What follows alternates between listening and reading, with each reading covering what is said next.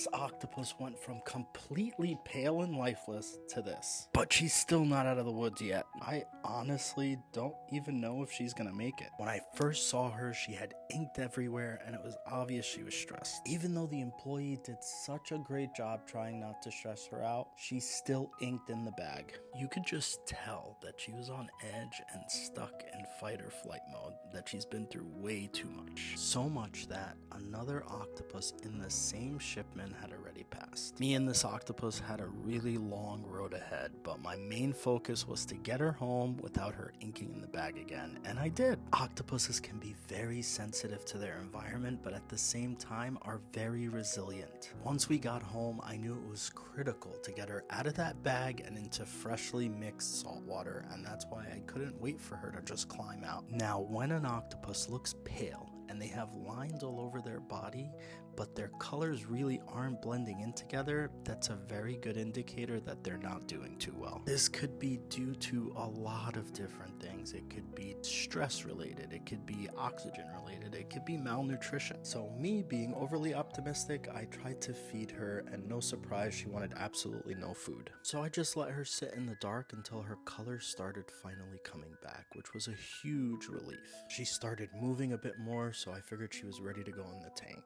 Even though she climbed out of the container on her own and jumped into the tank, now is where the real work begins. If I can't get her to feel safe and secure enough to eat within that first week, she's not gonna make it. She completely disappeared in the tank, and it took about 4 days of me sitting in front of the tank doing absolutely nothing before I saw her. I thought she was gone, so I was beyond excited to see her watching me back. And then we slowly started to build trust. She would leave her den to get a closer look at me. At this point, she was eating strictly live food and would not accept anything else, which was fine because I had just stocked up on a bunch of live crab, and the crabs were all doing really well. They went into the tank. Everything seemed fine until they suddenly all died. I froze all the crabs so they don't go to waste, but now how was I gonna get her to eat them? She wouldn't touch them, so I did what any other responsible octopus keeper would do, and I pretended to be a crab. And it worked! She was skeptical at first, but it helped us build trust, and now whenever I'm by the tank, she's there to say hello and even climbs onto my hand. She might actually make it. What should we name her?